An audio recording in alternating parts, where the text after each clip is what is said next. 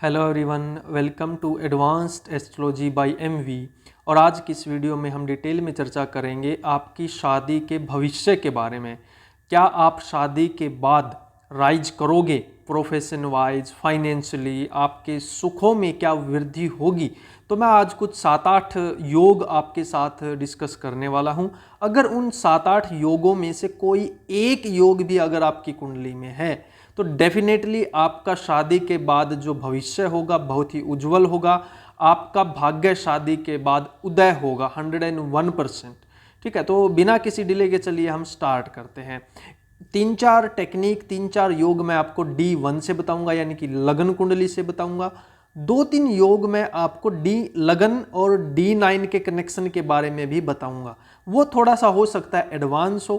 ठीक है, तो आप अपना थोड़ा सा विवेक से काम ले। अगर आपको थोड़ा बहुत भी बेसिक नॉलेज है तो भी आप समझ जाओगे। ठीक है, तो अगर आपका 7th लॉर्ड, ये पहला योग है। वैसे देखिए इसके अलावा भी बहुत सारे योग हो सकते हैं, बट हाँ सरफेस लेवल पे मैं बात कर रहा हूं यहाँ पे। ठीक है, तो एक सेकेंड जी। अगर आपका 7th लॉर्ड आपको पता होगा, यानी 7वें भाव में जो आपकी राशि है, मान लीजिए किसी की वृश्चिक राशि है तो आपका 7th लॉर्ड मंगल हो गया। अगर आपके 7th हाउस में सिंह राशि है तो आपका 7th लॉर्ड सूर्य हो गया। यानी आपका 7th लॉर्ड कहां पर जाता है वो बहुत कुछ बताता है। तो अगर 7th लॉर्ड खुद से केंद्र में जाए, तो ये बहुत ही ब्रिलियंट योग होता है। अगर आपका 7th लॉर्ड 10th हाउस में जाए, अगर आपका 7th लॉर्ड लगन में जाए, अगर आपका 7th लॉर्ड 4th हाउस में जाए, तो ये एक महाराज योग आप इसको बोल सकते हो। शादी के बाद आपके करियर में देखिए, अगर 7th लॉर्ड 10th में है तो करियर में आप बहुत ज़्यादा राइज करोगे।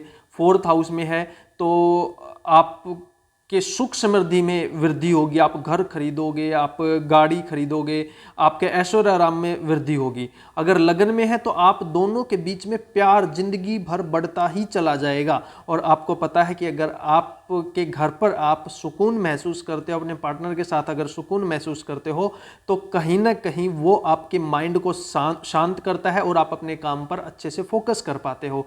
तो 7th लॉर्ड जब लगन में जाता है तो वो भी कहीं ना कहीं बहुत अच्छा कॉम्बिनेशन माना जाता है। लेकिन इसमें कंडीशन 1-2 ये भी है कि बाकी कुछ प्लैनेटरी कॉम्बिनेशन भी ठीक ठाक होनी चाहिए। शुक्र मंगल का योग थोड़ा सा ठीक होना चाहिए। ठीक है, फिर भी अगर आपका 7th लॉर्ड 10th हाउस में है, लगन में या 4th हाउस में है, तो ये आपका महाराज योग आप इसको बोल सकते हो। शादी के बाद 101% आपका राइज होगा। इसके अलावा भी 2-3 हाउस और हैं जहां पर बहुत अच्छे रिजल्ट मिलते हैं शादी के बाद। वो कौन कौन से हैं? अगर आपका 7th लॉर्ड, एक सेकेंड, अगर आपका 7th लॉर्ड 11th हाउस में जाए, 11th हाउस में जाए, तो भी ये बहुत अच्छा योग माना जाता है, स्पेशली आपकी डिजायर्स को पूरा करने के लिए। ठीक है, या फिर 7th लॉर्ड खुद से 11th में जाए, या तो 7th लॉर्ड आपके लगन के 11th में जाए या खुद से 11th, यानी 7th लॉर्ड आपके 5th हाउस में जाए, तो ये भी आपके भाग्य को बढ़ाने वाला, आपके इनकम को बढ़ाने वाला, आपके गुड लक को राइज करने वाला होता है। एक अच्छा कॉम्बिनेशन ये माना जाता है। जो बेस्ट कॉम्बिनेशन है वो तो यही है। इसके अलावा अगर आपका 7th लॉर्ड, अगर आपका 7th लॉर्ड 9th हाउस में जाता है, और या फिर खुद से 9th हाउस में, यानी 7th लॉर्ड अगर 3rd हाउस में जाता है, तो इसमें देखिए ये कंडीशनल है। ठीक है, ये कंडीशनल होता है, ये बहुत सेंसिटिव प्लेसमेंट होती है। 7th लॉर्ड 3rd हाउस में या 7th लॉर्ड 9th हाउस में, ये 50-50 होता है। ठीक है, इसके लिए और चीजें देखनी बहुत ज्यादा जरूरी हो जाती है। ठीक है, अब और आगे हम एक स्टेप बढ़ते हैं और योगों के बारे में हम बात कर लेते हैं। मान लीजिए ये योग आपकी कुंडली में नहीं थे। ठीक है, अब एक चीज हम और देख लेते हैं। अगर आपका 7th लॉर्ड मान लीजिए इन हाउसेज में नहीं बैठा, ठीक है, मान लीजिए 12th हाउस में चला गया, आपका 7th लॉर्ड 12th हाउस में है, लेकिन 12th हाउस में वो 10th लॉर्ड या 11th लॉर्ड या 4th लॉर्ड के साथ बैठा है, तो भी ये राजयोग बना देगा। कैसे बोल रहा हूं मैं? मान लीजिए यही कालपुरुष कुंडली है, ठीक है, और आपका 7th लॉर्ड आपका शुक्र बनेगा। ठीक है, शुक्र यहां पर चला गया, ठीक है, उचका होकर चला गया एक, तो ये भी बहुत अच्छी बात है। और अगर आपका फोर्थ लॉर्ड यानी कि जो चंद्रमा है, चंद्रमा आपका शुक्र के साथ चला जाए, या 10th लॉर्ड या 11th लॉर्ड यानी शनि शुक्र के साथ चला जाए, तो कहीं ना कहीं ये भी आपके भाग्य में वृद्धि करता है। 10th Lord, 11th Lord, 4th Lord, ठीक है, ये 3-4 हाउस ऐसे हैं जो आपको कहीं ना कहीं करियर में राइज देते हैं शादी के बाद, क्योंकि 7th लॉर्ड जहां पर भी जाएगा वो आपकी शादी की एनर्जी को कैरी करेगा। 4th लॉर्ड जहां पर भी जाएगा आपके सुख समृद्धि को की एनर्जी को कैरी करेगा। दोनों ब्लेंड होंगी तो आपका शादी के बाद सुख समृद्धि, आपका जो ऐश्वर्य है वो बढ़ेगा। 11th लॉर्ड या फिर यहाँ पर हम 2nd लॉर्ड भी ले सकते हैं, बट वो चूंकि 7th से 8th पड़ता है इसलिए थोड़ा सा उसमें कहीं ना कहीं थोड़ा सा नेगेटिव एलिमेंट होता है, ठीक है। या फिर और भी बहुत सारे योग हैं, ऐसा नहीं यहाँ पर चीज़ें खत्म हो गई। या फिर मान लीजिए कालपुरुष कुंडली नहीं है आपका, मान लीजिए हम मान लेते हैं आपका जो 7th लॉर्ड है वो आपका बुध है, ठीक है, मान लीजिए आपका 7th लॉर्ड बुध है। अगर आपका 7th लॉर्ड बुध कहीं पर भी किसी भी हाउस में शुक्र के साथ बैठ जाए या बृहस्पति के साथ बैठ जाए, आपका 7th लॉर्ड किसी भी हाउस में शुक्र के साथ बैठ जाए या बृहस्पति के साथ बैठ जाए, स्पेशली बृहस्पति के साथ अगर बैठे तो ये सबसे अच्छा योग माना जाता है। आपका 7th लॉर्ड बृहस्पति के साथ, ये ब्लेसिंग होती है आपके ऊपर, ठीक है, ये बहुत बड़ी ब्लेसिंग होती है, ठीक है। शुक्र के साथ बैठेगा तो कहीं ना कहीं ये भी बहुत अच्छा योग माना जाता है। शादी के बाद आपके भाग्य में भी उन्नति होती है और कहीं ना कहीं आपका फाइनेंशियल स्टेटस, आपकी लग्जरी वाली जो चीज़ें हैं वो इंक्रीज करती हैं, वृद्धि करती हैं, ठीक है। तो आपका 7th लॉर्ड किसी भी हाउस में, मान लीजिए आपका 7th लॉर्ड सूर्य है, ठीक है, और सूर्य आपका 3rd हाउस में बैठा। अब आपका 7th, इसको साथ में कौन मिला, अगर मान लीजिए शुक्र मिल गया, इसको बृहस्पति मिल गया, साथ में कंजंक्ट होना चाहिए, ठीक है, तो वो बहुत महत्वपूर्ण हो जाता है आपके लिए, बहुत अच्छा योग ये हो जाता है, ठीक है।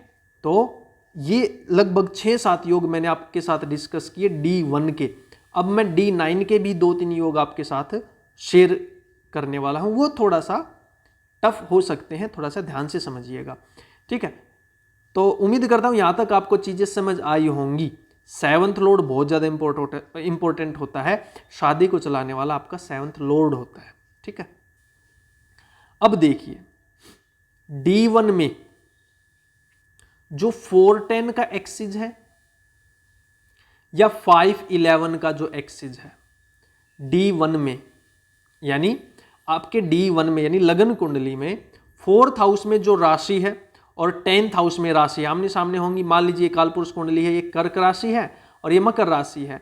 जो 4th और 10th में जो एक्सिस है वो आपका D9 में लगन और सप्तम का एक्सिस बन जाए तो ये भी आपकी शादी में वृद्धि करने वाला होता है, शादी के बाद आपके भाग्य में वृद्धि करने वाला होता है।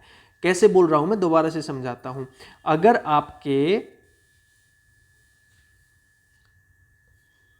D1 का 4 और 10 एक्सिस यानी 4th हाउस में जो राशि है और आपके 10th हाउस में जो राशि है, अगर वो D9 में 1st और 7th हाउस, आपके D9 में 1st और 7th हाउस बन जाए, आपके D1 का 4th और 10th वाला हाउस अगर D9 का 1st और 7 बन जाए या 7-1 बन जाए, यानी 4-10, 10-4 आपके D9 में 1-7-7-1 बन जाए, जो आपके D1 में कर्क राशि 4th हाउस में, मान लीजिए वो आपके D9 में लगन में चली जाए या आपके 7th में चली जाए, ठीक है, तो ये आपके भाग्य में, आपके करियर में, आपके सुख में वृद्धि करने वाला होता है। सिमिलरली अगर आपका 5-11 एक्सिस D1 का, आपके D1 का 5-11 एक्सिस आपके D9 में 1-7 एक्सिस बन जाए,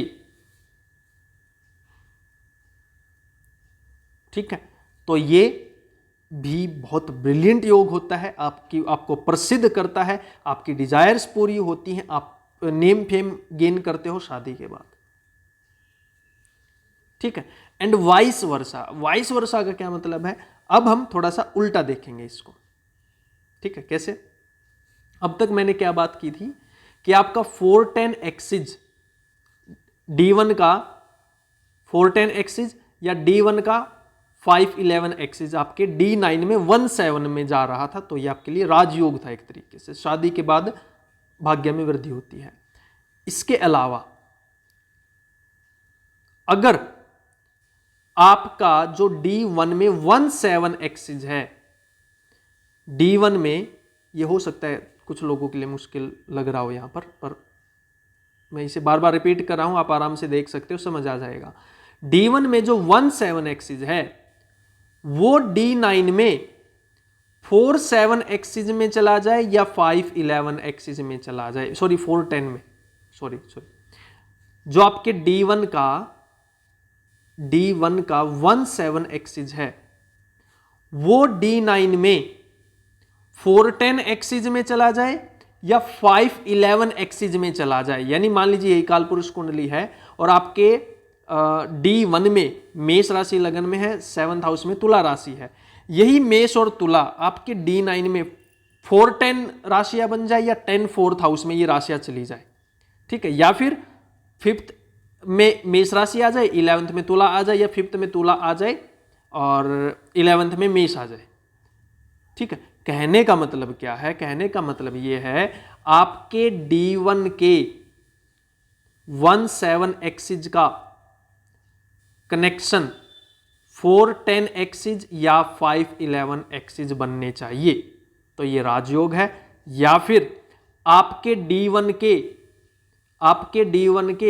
410 एक्सिस या 511 एक्सिस आपके D9 में 17 एक्सिस बनना चाहिए, तो ये आपके लिए महाराजयोग होता है। शादी के बाद ऐसा इंसान सारे सुख भोगता है, उसकी सारी इच्छाएं पूरी होती है। सारी इन द सेंस ये तो है नहीं जो मुंह में से निकालेगा वो पूरा हो जाएगा, बट कहीं ना कहीं उसको अलग से असर दिखता है कि हाँ शादी के बाद काफ़ी कुछ बदला है पॉजिटिव मैनर में, ठीक है। इससे पहले जो मैंने D1 के कुछ योग आपके साथ शेयर किए वो भी बहुत इंपॉर्टेंट है और ये भी बहुत इंपॉर्टेंट है। अगर आपको समझ नहीं आया हो, ठीक है, तो थोड़ा सा स्लो करके वीडियो को दोबारा देख सकते हो, ठीक है। इसके अलावा और भी बहुत सारे योग होते हैं। वैसे तो एस्ट्रोलॉजी में ऐसा नहीं है कि मैंने जो 2-4 योग बता दिए वहाँ पर एस्ट्रोलॉजी खत्म हो गई, ठीक है, पर फिर भी सरफेस लेवल पर जो बहुत बेस्ट प्लेसमेंट होती हैं वो मैंने आपके साथ डिस्कस की,